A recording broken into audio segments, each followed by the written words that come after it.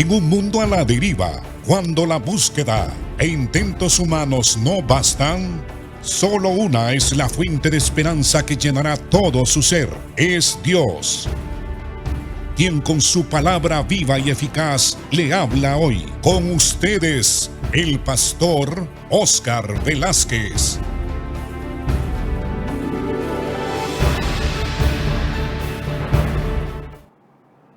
Dios le bendiga, hermanos. Estamos desarrollando el tema sobre el avivamiento, cómo vivir una vida avivada, gozosa, y cómo experimentar esa vida que prometió Jesucristo a todas sus ovejas o a todos sus hijos e hijas. La vida cristiana es una vida en abundancia.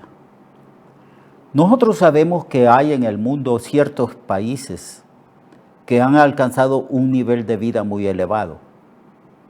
En los periódicos, en ciertas revistas, todos los años, se nos informa de que hay ciertas culturas y ciertos países que están experimentando una calidad de vida maravillosa.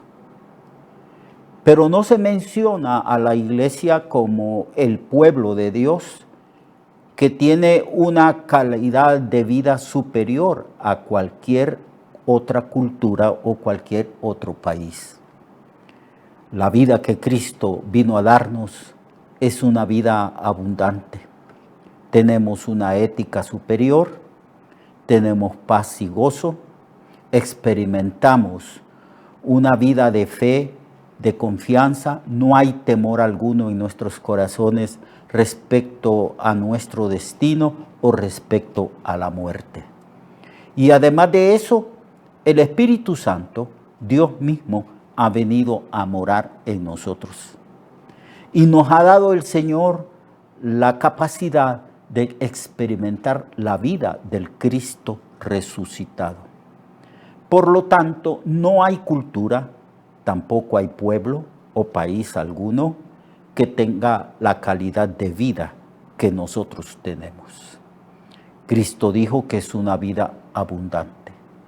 También el apóstol Pablo dijo que nosotros vamos de triunfo en triunfo en Cristo Jesús, Señor nuestro.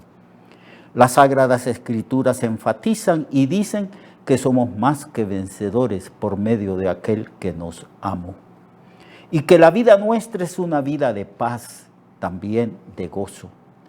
Porque el Evangelio no consiste en comida ni bebida, sino en justicia, gozo y paz en el Espíritu. Así que la vida cristiana es maravillosa. Es la más alta vida que ser humano pueda experimentar sobre la faz de la tierra. Además, tenemos la esperanza de vida eterna, porque aunque muramos, el Señor vendrá y resucitará este cuerpo y lo hará de tal manera que nuestro cuerpo será glorificado, apto para vivir eternamente para con Dios. Esa es la vida que Dios quiere que nosotros experimentemos, vida abundante. Muy bien, entonces hay ciertas condiciones que tenemos que experimentar o hacer o cumplir para experimentar esa vida abundante.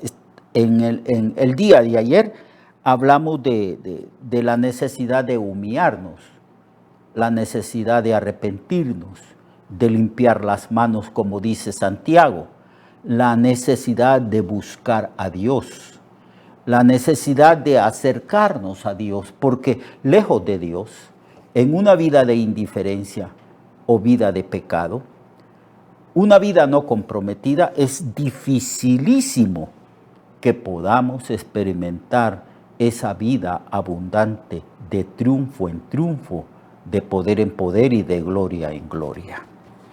Entonces, en la Biblia se nos dice principalmente en Crónicas, según Crónicas 7:14, cuál es la forma en que nosotros podemos empezar a tener una vida abundante y cómo debemos nosotros buscar el rostro del Señor. Y dice así: si se humillare mi pueblo, dice el Señor,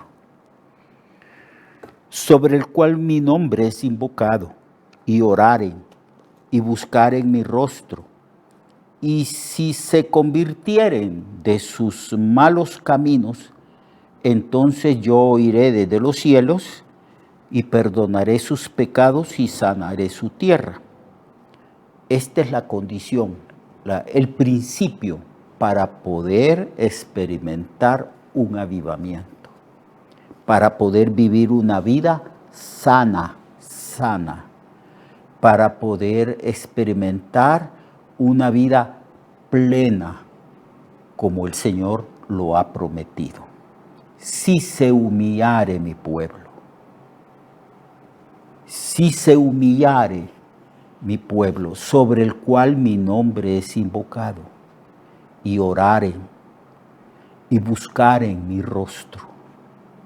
Fíjese bien, orar, pero más profunda oración es buscar el rostro de Dios.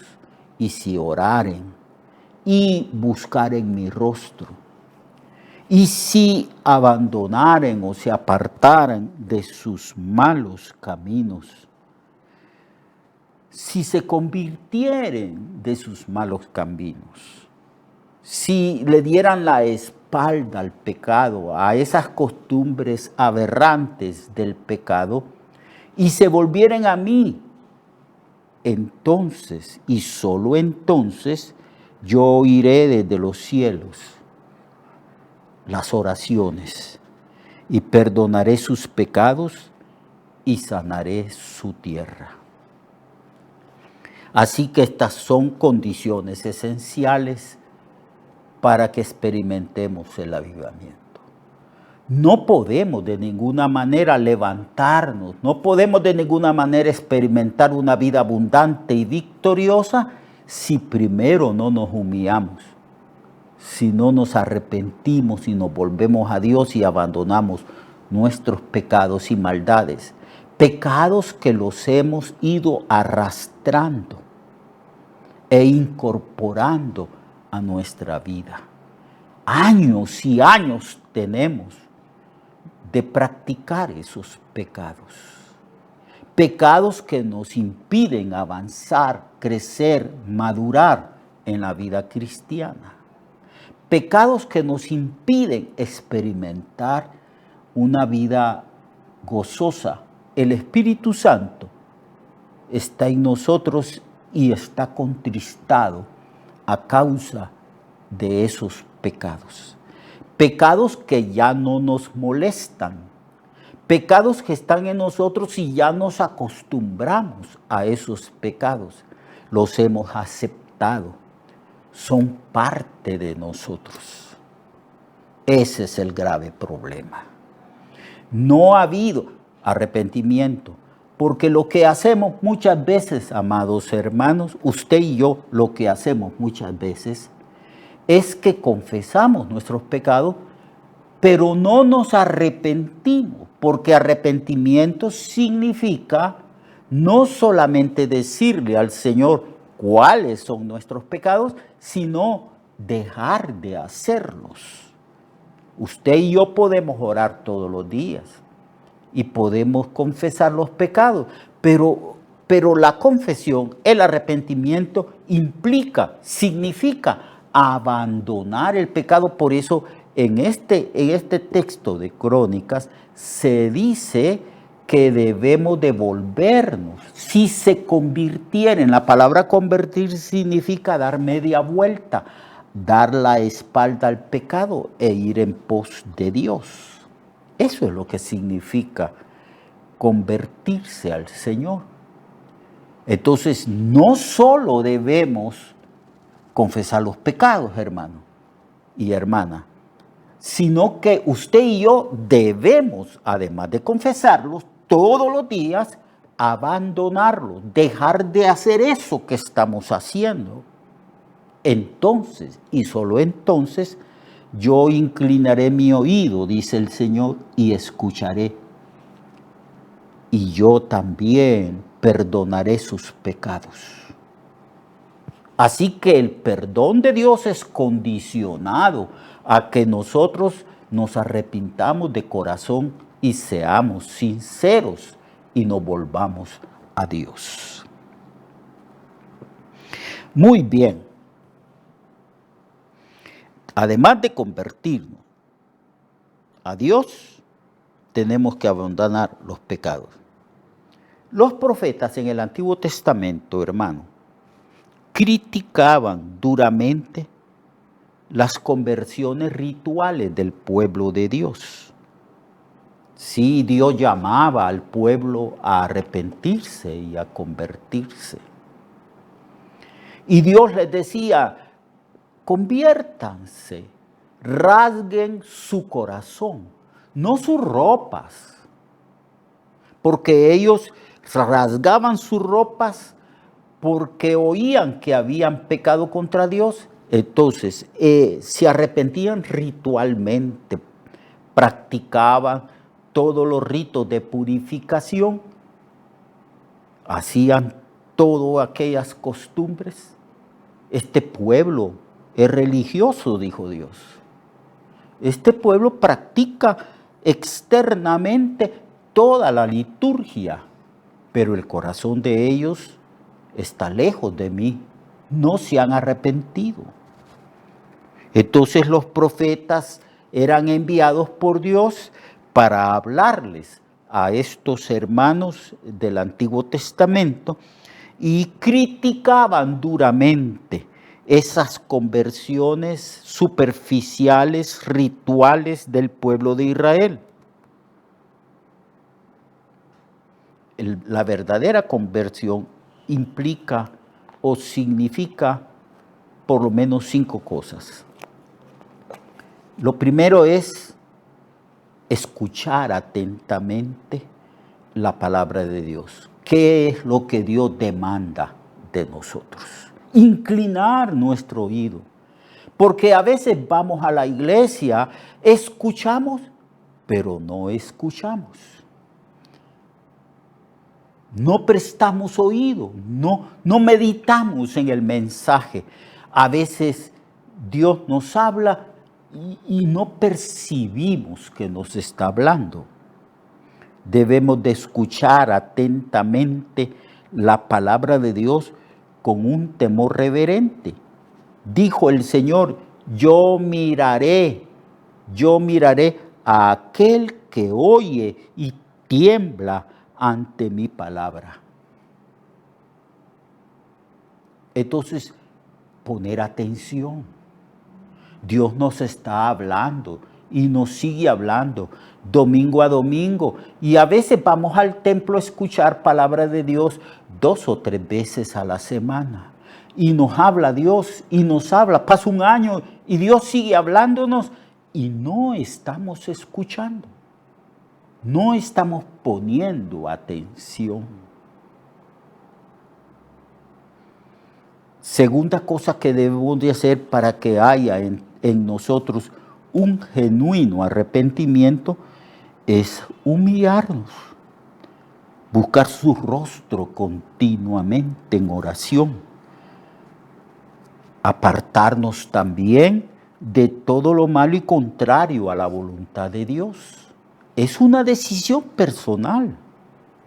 Usted dice, estoy haciendo esto y esto y esto y esto, y yo sé que esto no es agradable delante de Dios.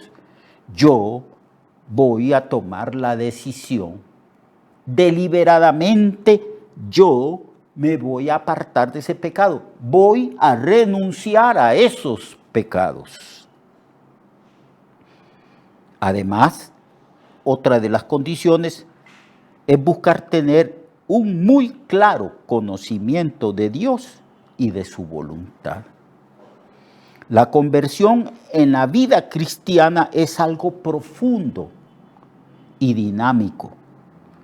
Todos los días confesamos nuestros pecados y todos los días debemos de volvernos a Dios, debemos de convertirnos todos los días en nuestra vida aquí en la tierra, debemos de abandonar los malos caminos. La conversión involucra una entrega total a Cristo, vivir en novedad de vida, y consiste en una búsqueda constante del rostro de Dios. La conversión sigue a la reflexión. Antes de convertirnos, tenemos que reflexionar, mirar por dónde nos descarriamos, volver atrás y ver que ciertamente hemos pecado y que es necesario arrepentirnos. Tenemos que hacer un examen de nuestra vida a la luz de las Sagradas Escrituras. Por eso es necesario escuchar con atención. Dios nos está hablando y creemos que no nos habla a nosotros. Volvemos a ver hacia atrás y hacia los lados y decimos, Dios les está hablando a ellos, pero no me está hablando a mí. Y otra de las cosas que necesitamos para experimentar un avivamiento es suplicar, pedir a Dios que nos llene de su Santo Espíritu. Cristo dijo, separados de mí nada podéis hacer. El Espíritu Santo ha venido a morar en nosotros. A veces pecamos y no nos arrepentimos y el Espíritu Santo está contristado. Por eso el texto dice, no contristéis al Espíritu Santo, no apaguéis al Espíritu. Lo que más contrista al Espíritu Santo que ha venido a morar en nosotros es la indiferencia nuestra, la dureza de nuestro corazón, la desobediencia, la terquedad, la rebeldía del pueblo de Dios. Eso contristaba al Señor en el Antiguo Testamento y lo contrista hoy en día. Dios quiere un pueblo dócil, sumiso, que hace la voluntad de su Señor. Por eso el Señor dice a sus discípulos que no todo aquel que dice Señor, Señor, entrará en el reino de los cielos, sino aquel que hace la voluntad de mi Padre que está en los cielos. Así que, amado hermano y hermana, necesitamos experimentar un avivamiento. Necesitamos ponernos de rodillas y ahí en la soledad, en la madrugada o al anochecer o en el templo, si llega temprano, allí decirle al Señor, perdóname, he pecado contra ti, perdóname. He practicado estos y estos y estos pecados y ya tengo años, Señor, de practicarlos. Los he confesado, pero no los he abandonado. Aquí siguen vigentes, aquí están presentes todavía estos pecados. Y he cometido el error, dígale usted, como yo lo digo también, Señor, hemos cometido el error de aceptar esos pecados como parte de nuestra vida, en lugar de rechazarlos, en lugar de abandonarlos. Y como no hemos hecho eso, entonces el Espíritu Santo está contristado y nosotros mismos también estamos contristados, tristes. Hemos vivido una vida con una conciencia culpable porque no nos hemos santificado abandonando nuestros pecados. Hagámoslo, usted y yo, hagámoslo, abandonemos nuestros pecados, santifiquémonos. Confesemos nuestros pecados porque la sangre de Jesucristo nos limpia de todo pecado. Dios le bendiga. Lo espero mañana Dios le guarde a usted y a su familia. Amén. Recuerde que su vida puede cambiar y mejorar, porque la palabra de Dios es viva y eficaz, y más cortante que toda espada de dos filos. Hebreos 4:12. Nuestra oración y deseo es que esta palabra predicada lleve mucho fruto. Le esperamos en el próximo programa, a esta misma hora y en esta misma estación. Esta es una producción de Ministerios Reflexionarte, en colaboración con Cirkenu Network. Sus comentarios son bienvenidos. Escríbanos al correo reflexionartehn@gmail.com o al 504-9802-6186. 504-9802-6186.